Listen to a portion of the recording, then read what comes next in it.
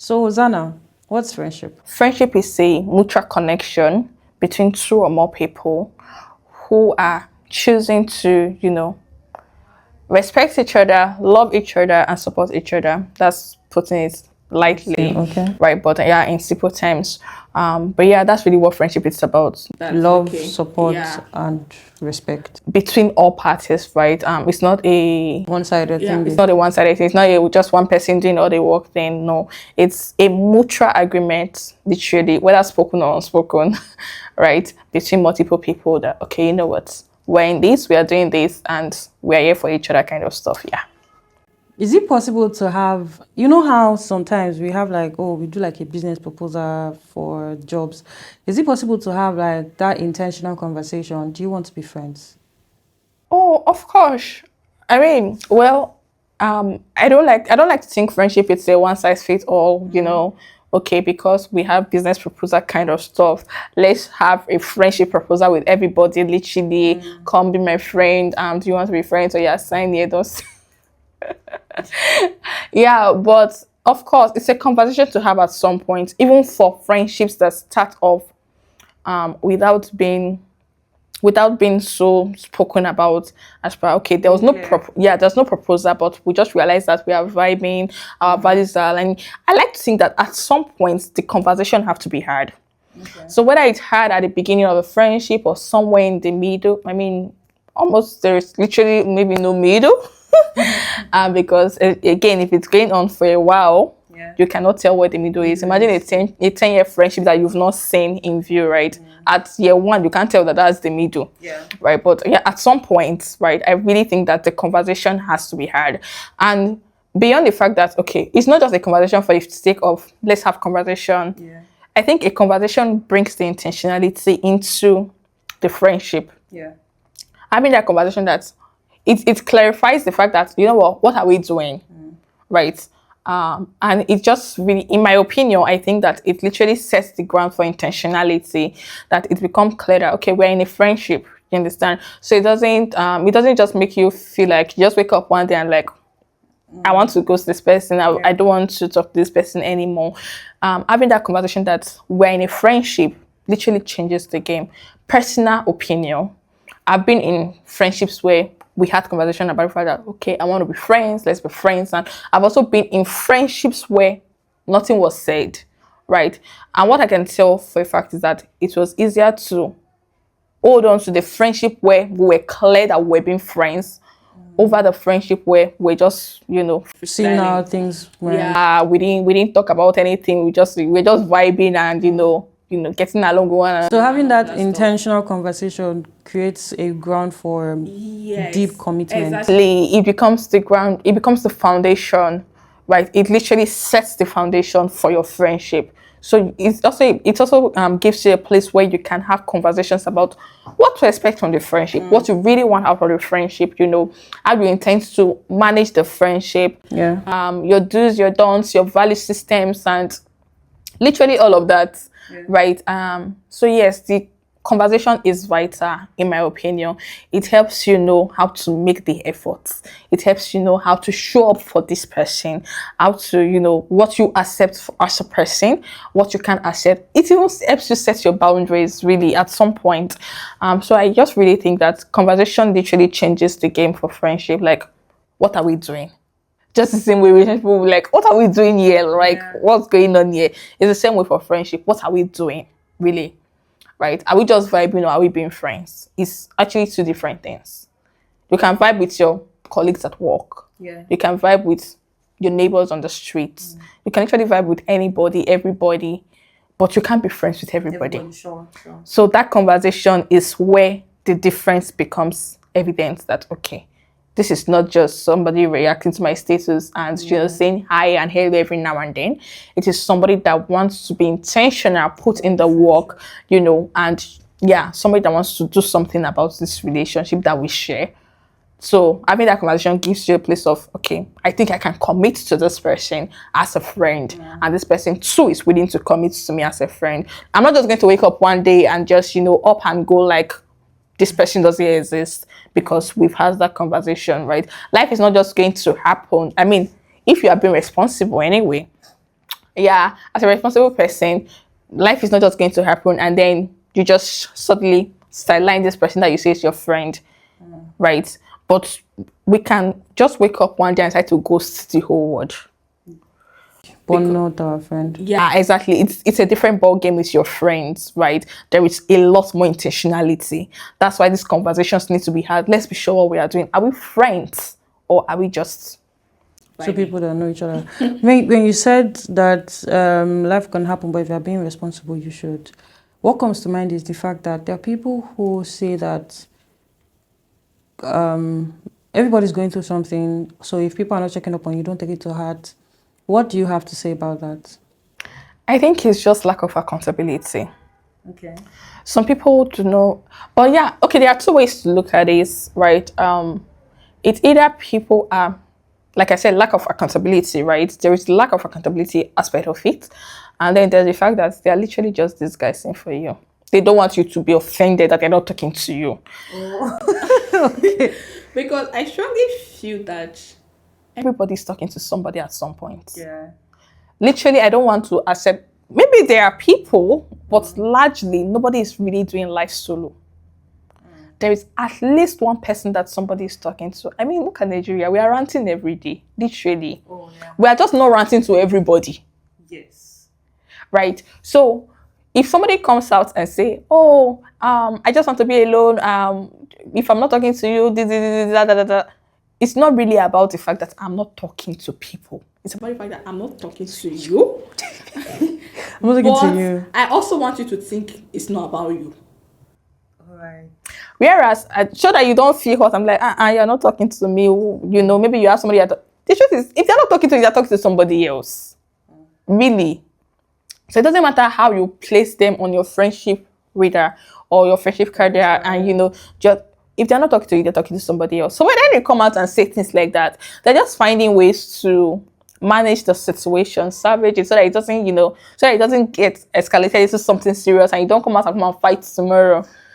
When you come out to fight tomorrow, you not say that, but I was saying this thing the other day on my set is that nobody should take it personal. I'm grateful for people that are not asking me questions, blah, blah. It's really not it. Yeah. At the end of the day, that's one. Okay. They're talking to somebody, they're either talking to somebody else and they're trying to salvage the situation, or they sincerely just lack accountability. They don't want to be held responsible for anything. They just want to do life anyhow and create a situation of don't ask me any questions kind of thing, right? I'm not talking to anybody. Everybody's still on your own. But that's hardly the case, in my opinion.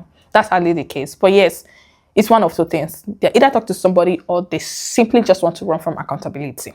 And they don't want you to, you know, have to come to them about it. So you saw my status. I said, I don't talk to anybody. I said, I'm not talking to anybody about this, blah, blah, blah, and all of that. Really, they're just running from responsibility and all of that, yeah. So when you're speaking about the lack of accountability, what has been on my mind about the fact that we've allowed the male gender to be not accountable in certain regions or certain aspects in certain aspects of life, that they think that it is cool to just go away, not see anything. For instance, a typical guy will come in and say, oh, they are going out. They don't need to tell you when they get there. They don't need to do this when they get there. They don't need to let you know how it's going. And I feel like it's just because the society has allowed men to not be so accountable in that area. So now when we now look at it in friendship, do you think that when it comes to friendship, do you think guys, I mean, based on what you've experienced, right? Do you think that guys do friendship like female? Especially because they also say that men don't need attention and all of that. So like, how have you seen it? Okay, that's a lot. Oh, sorry. Like I said, two different things. But yeah. I'm sure.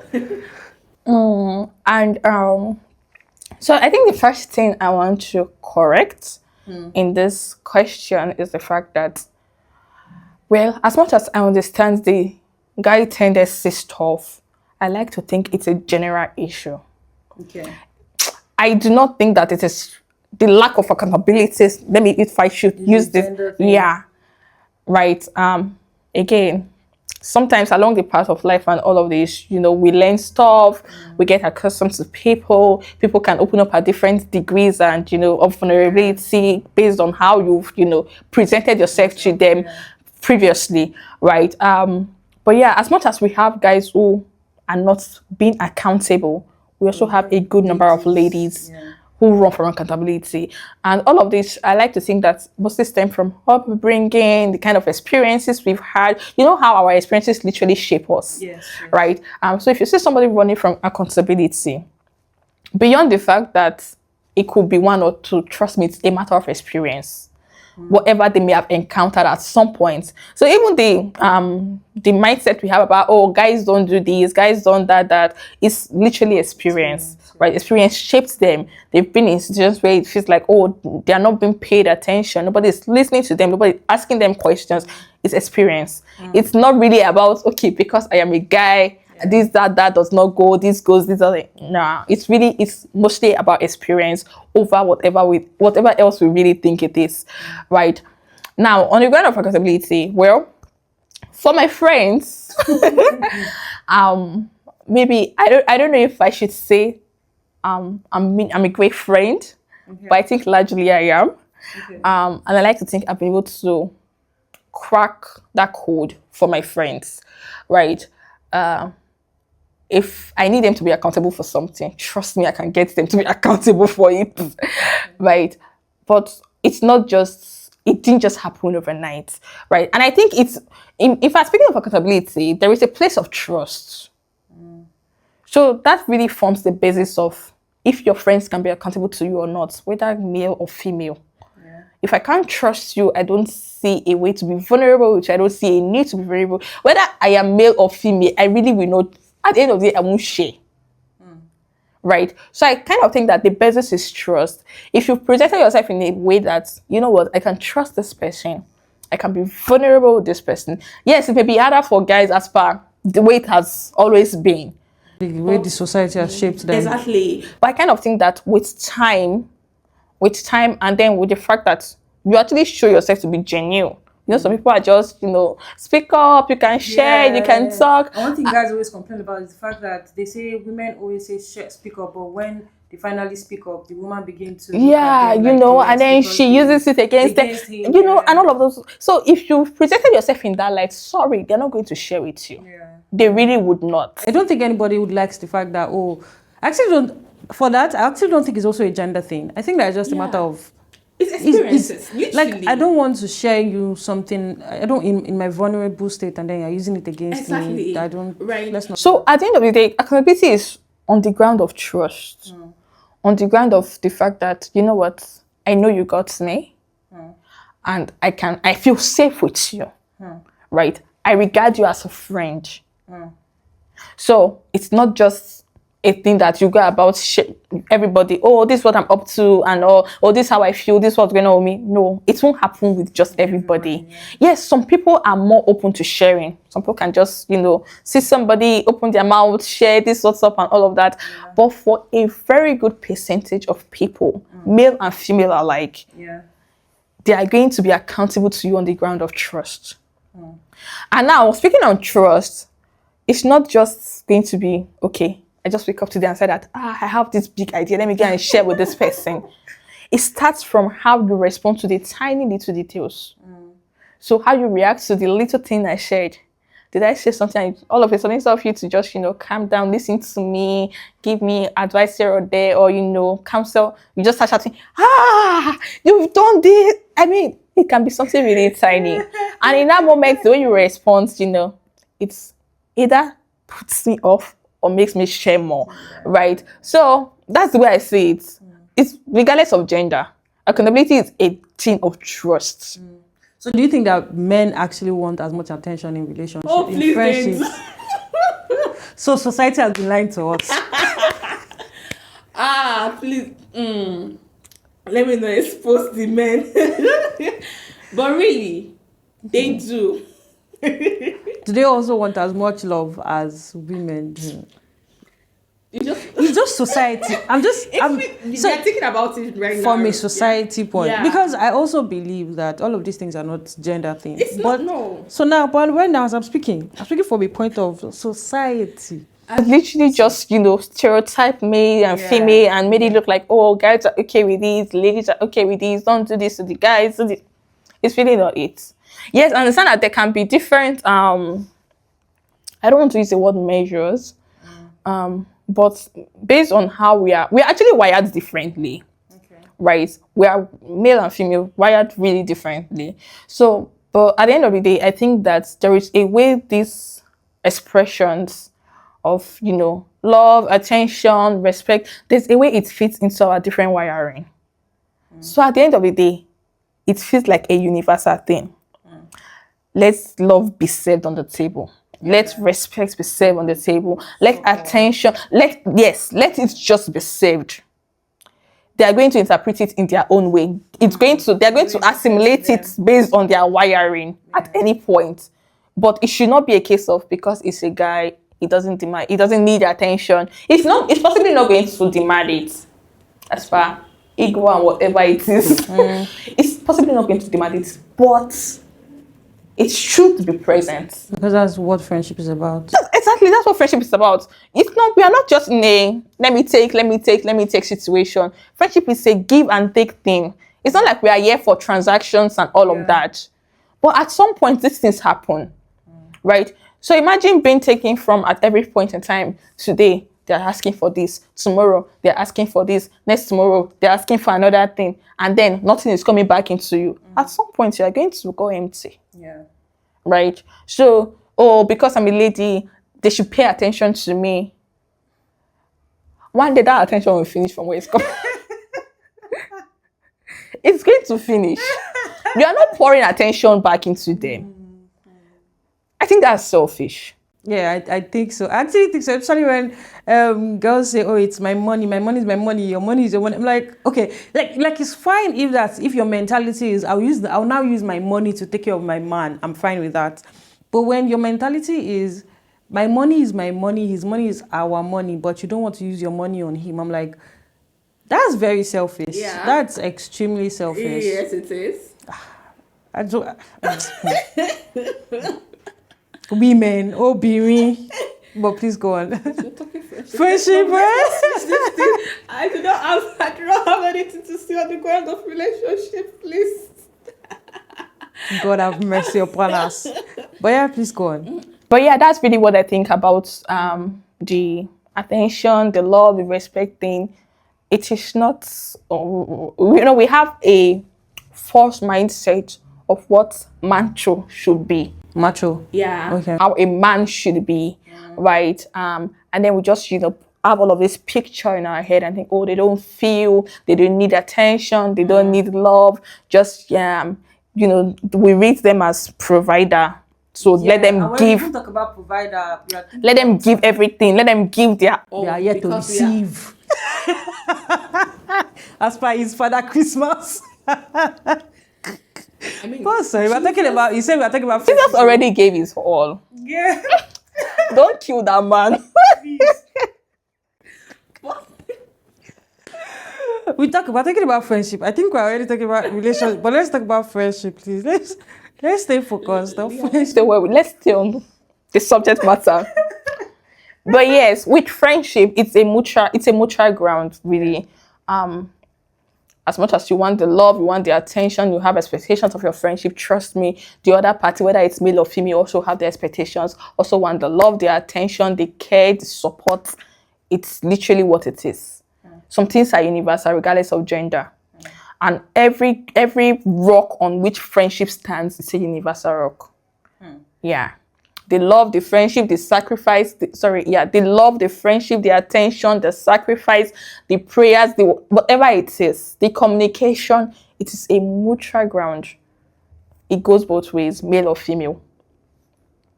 Assimilation may be different because we are wired differently. Yeah, interpretations may be different.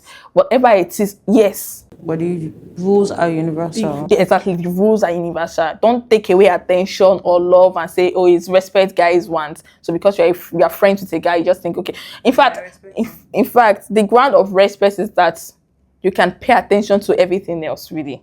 Yeah, because I mean, I don't think there is respect without love. I don't think so. Whatever respect. At least a certain degree. Is yeah. If you can't even respect somebody. Yeah, you can't even respect somebody you're not paying attention to. Because how do you now? Oh, right, because how do you know what would disrespect them? True. So at the end of the day, as much as we may interpret things differently, the rules are universal. True. At what point do you think that a friendship, you need to let go of a friend? When it no longer serves you. What do you mean by serve? So now you're going to explain two different things. Do you think that friendship should be basically transactional? Because you used the word serve. The second thing now would be, what does serve mean? Okay.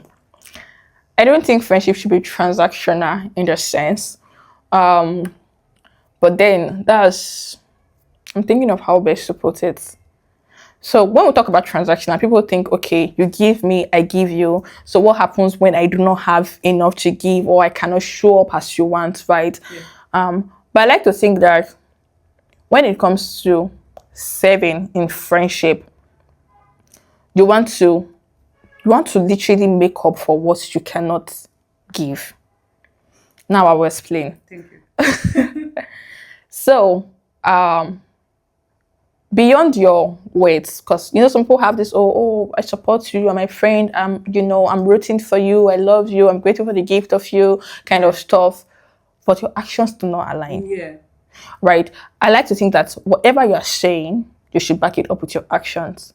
So you're saying, I support you, I'm here for you, you're doing well, but you're not showing up for me. Right? You're not present. You're not watching my video. You're not liking my video. Continue, please. Right. At any point where I kind of need you, that's when you're busy. I mean, some people actually just throw the busy card around. I don't even like using the word busy. Yeah. Like, people use it, but Yeah. if you're my person, even if you're not my person, I hardly say I'm busy. Yeah. If you reach out to me and say, "Oh, Grace, are you busy?" I'm like, "No, I'm occupied." But what? Truthfully, some people are actually busy, but a good number. Let me not say a good number, but some people also just really throw the word around, right? Oh, I'm here for you. I'm rooting for you, and then I need you, and in this moment you are busy, possibly always busy, right? We're not in a transactional friendship, but that friendship is not serving me. Oh. I am not with you because of what you can give me. But at the same time, I have expectations of this friendship. Your actions should tally with the fact that we are in a friendship. There are actually expectations. Yeah. I should see it in your actions. I should know without any shadow of doubt that you truly love me, you truly support me, you truly care for me, and you are present. So if in your actions, these are not obvious, sorry, it's not serving me. Especially if these are expectations I have and expectations I am meeting for you. So I am meeting your expectations, you are not meeting my expectations, and I'm not possibly not asking for too much. Then it's not serving me. It's not really about, give and take kind of stuff, but it's a friendship. And one of the things we had said about friendship is that there is mutual support, mutual respect, there is mutual acceptance. Yeah. Right? We said we are in this together. So truly, let's be in this together. What do you do in a situation where what came between you and your friend? Has a man ever come between you and a friend before? No. Never? No. But okay, so what's the worst experience you ever had with your friend? A friend, maybe a previous friend? Communication was our issue, at least as far back as I can remember. For every issue that I have had with a friend, communication was at the root of it. Miscommunication, lack of communication. Explain. Right. So we possibly stopped talking, stopped reaching out, stopped checking in one another, and finding how to be present for one another, because life actually happens. Life can get intense, right? Things can happen, change of location, change of whatever, anything can be. But I like to think that regardless of the situation we are in, even if it's a situation of a guy possibly coming between you and a friend, I kind of think that if you can effectively communicate, right, it solves a good part of the problem. So so this friend and I will stop talking. Yeah. Right. I don't want to throw shit at anybody. I mean, it may as well just touch me, but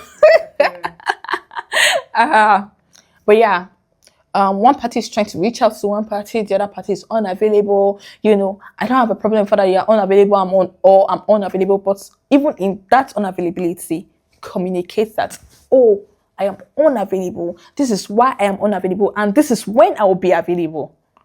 Right. Yeah, so without communication, I like to think that communication is the setting foundation stone in any friendship. Okay. And not just communication, proper communication. Right? You want to properly stay in touch. Hear what the person is saying. Understand. That's where proper communication comes. It's not just hearing, talking, and you have to understand. Because especially in cases where how the world is going right now, we do not exactly have the luxury of being in close proximity with our friends. Yeah. We do not have the luxury of seeing our friends. I mean, I just get up from my house, I'm going to my friend's house, we do not have that luxury. I mean, that happened back in the days. Yeah, when we were kids, everybody was each other's neighbor, going to the same school. You understand? But as we grow older, we know different locations. Life is lifing. Even the neighbors don't even get to see themselves anymore. My neighbor hasn't seen me in a couple of days. Yeah, my neighbors, they used to see me in weeks. The only thing I know is I hear her voice. But I do not see my But so how we communicate in this season is very vital. Super important. We have to be intentional about communicating, about staying in touch, right? About updating one another, about what's going on, how we can come in, how we can help each other, how we can show up. If we don't communicate, there will literally be nothing left of that friendship. Can we outgrow friends? In what sense, really? So some people say how they've outgrown a particular person because they are no longer at the mindset that they were at some point. Actually, I think yes. Okay. I think we can. So, again, there is intentional effort. But Okay, yeah. if we can outgrow friends, then at what point do we really help our friends be better people? So, as I was saying, there's intentional effort, right? And why can't we carry them along? Values. Okay, so let me backtrack a bit. Okay. So one thing that's really important in certain friendship is value alignment. If you're not aligned in values, you will get to the point where you can't walk past some certain things. The friendship cannot go past some certain level. If you decide to do it without checking your values and be sure that you know what our values are aligned and all of that, right? So imagine we are good as we are. But part of my value is growth and development. Right? And this other person doesn't really care about growth. I just want to be there. Trust me, at some point, growth and development is going to happen for me. Yeah. Growth and development is going to happen for me. Yeah. And in that process, there is a mindset shift. There is a misalignment between my friend and I. Initially, it won't be an issue. But as it continues, it's just like you're working with somebody, right? And then all of a sudden, this person is stagnant. And because this is a value system for you, you have to keep going. So automatically, even if you do not want to, except you now decide to, refocus that friendship and let it focus on something else. Okay, so instead of making them a general friend, you just say, Exactly. this is So my you friend just for this exactly, thing. So you you're know, compartmentalizing your friendship. Okay. that's the one way to manage this kind of situation, right? Okay. Um, Otherwise, there's really going to be that place of us growing the friendship because our mindset are now Entirely different. at different levels. Right? I can be having intelligent conversations because of the exposure I have had to growth and development. And this person just, I mean, imagine having intelligent conversation. All you can hear is Oh, more. deep. But it's deep now. It's not deep. It's very deep. How do you contribute to that conversation? Oh, more. But I think I get you. I think So that's by the time, I mean, imagine feeling like conversations with your friends should stir you up. You know, you should be fired up, conversation with my friend. right? You should be fired up. I should possibly leave your presence. I feel like I have studied. I need to go and need to go study and read that something, book. right? Do Yeah, I should too. And I mean, Yeah. and then you have a kind of conversation. I have you wondering, did I lose some brain cells in the midst of What do you mean by lose some brain cells? But really? but I get you. Now that's one ground on which we can outgrow friendships, and then change again. As much as we have value systems and all of that, I kind of think people can change their value system at any point, really, right? If value systems change and no longer align, that friendship is actually bound to come apart at some point, Yeah. right? So really, That's how I say it. So my next question is, so I have one question I'm reserving. I'll probably ask it later. My question, okay, let me just ask it now and then. So let's assume that life was lifing for me, and then instead of speaking to you, I just disconnected. Would it be fair for me to come back and expect you to still be waiting for me? okay. So there are two ways. I don't think there are two ways about it. This this is what should happen in the first instance. Did I try reaching out to you when you disconnected? Yes, you did. Okay. Now, because I like to think that before you let go of any friendship, there should have been attempts at communication, right? It's a different thing of, oh, my friend ghosted me and I allowed my friend to ghost me. I didn't reach out. You said in that case, yeah. You're as guilty as the Exactly, you're as guilty as the offender. Right. But I strongly believe that if there was communication, there was a disconnect, there was, attempted communication, what happens next is based on that communication. Did I communicate that I'm in a season and I want to be left alone? I didn't. So to now, to just, move on with life, go on, cut me off, and then wake up tomorrow and this person is a great friend. I should, I should not have taken her for granted. She tried.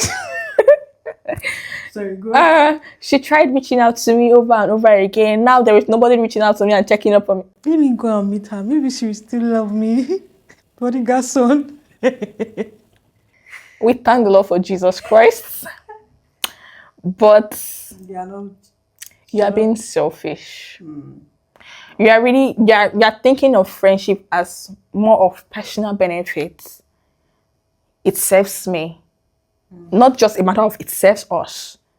Right? It serves me. So I should stay. Even if I am not serving this person in return.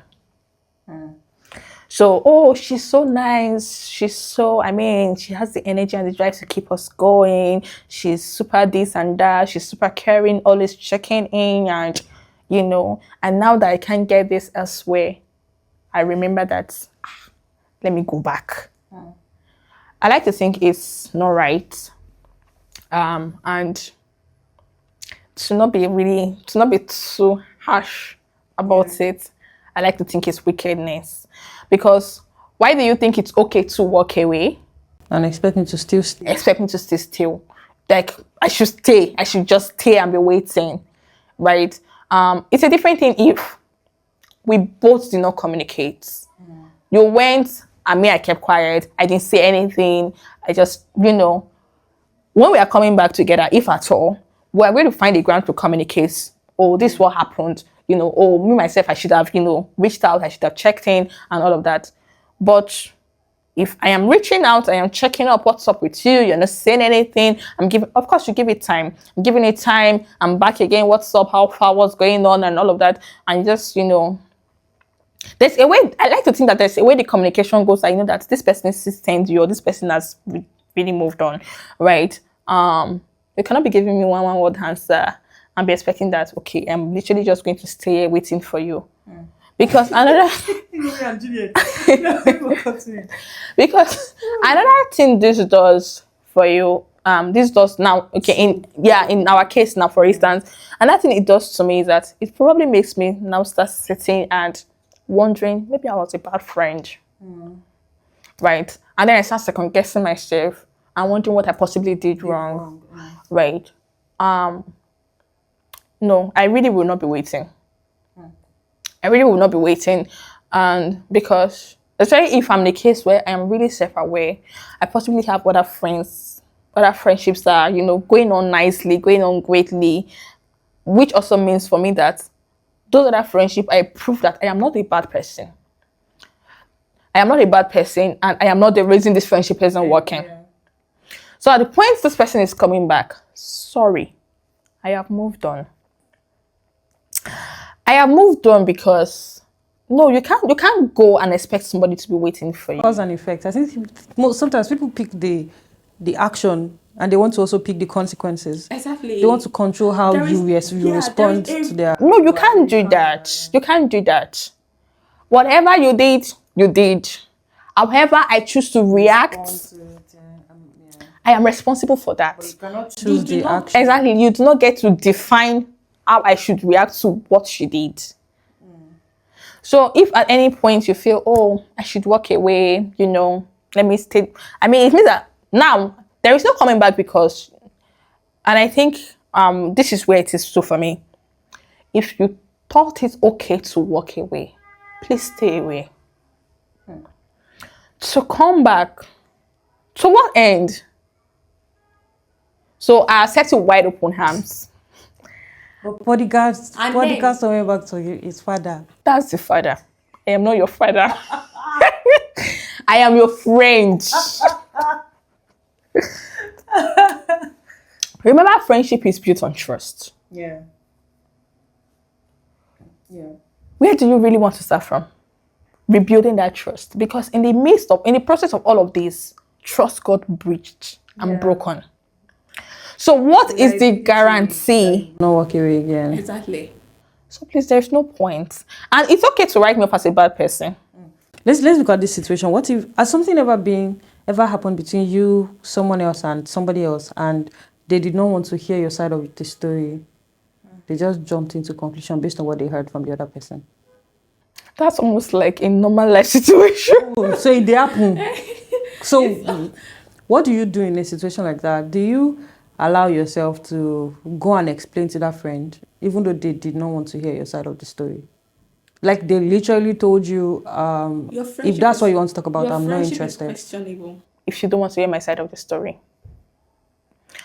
Again, friendship is built on mutual trust, respect, love, support. So if truly you are my friend, my side of the story should matter to you. So to tell me that you don't want to hear the side of my story, no, my dear, you are not my friend. You are really not my friend. At least, even if you are going to judge, hear my side first. You should hear my side of the story. In the process of hearing my side of the story, you can possibly even see the lines. If you are being a true friend, you can correct, you can counsel. You can let me know that, oh, this is where you went wrong.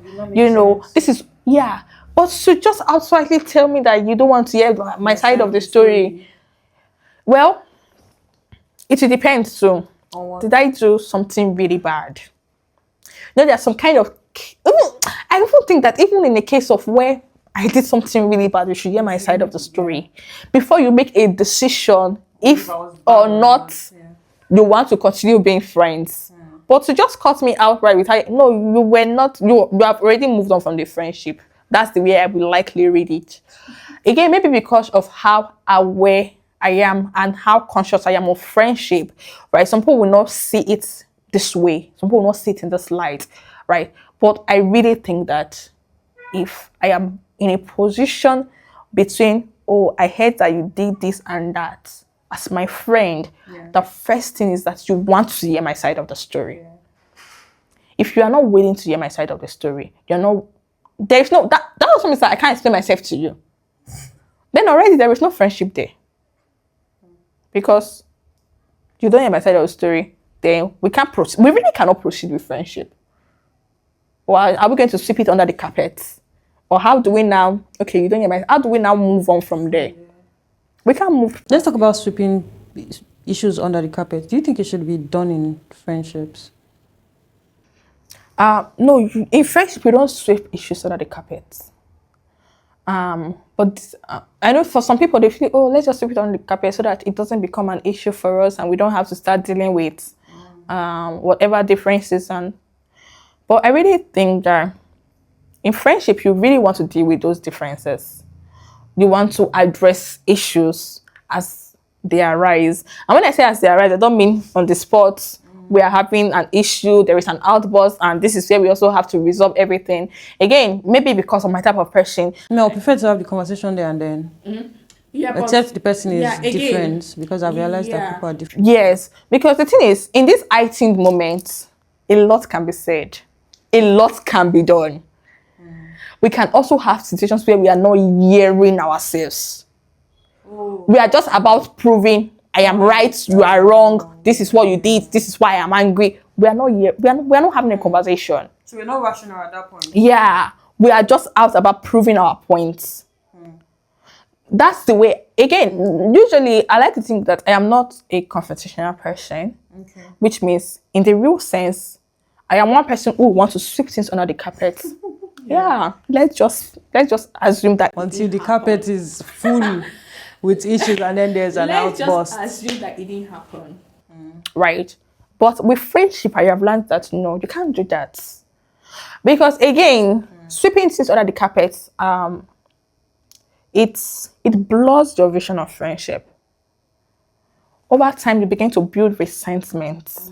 So imagine a situation happened, you didn't talk about it. You said, no problem, let's sweep it under the carpet. And then a few weeks later, something similar happens. Trust me, when you start reacting that second time, it's not going to be from a place of what happened now is what happened before plus this one. Yeah. That's what sweeping things under the carpet can do. Right. It begins to heap. And then the friendship begins to push apart. And you just do not even realize it. Because from let's sweep it under the carpet, let's sweep it under the carpet today, let's sweep it under the carpet tomorrow. That's true. You also even stop feeling heard. Yeah. But you're not even saying anything. There is a gradual build. See, you see that carpet that is eeping. Yeah.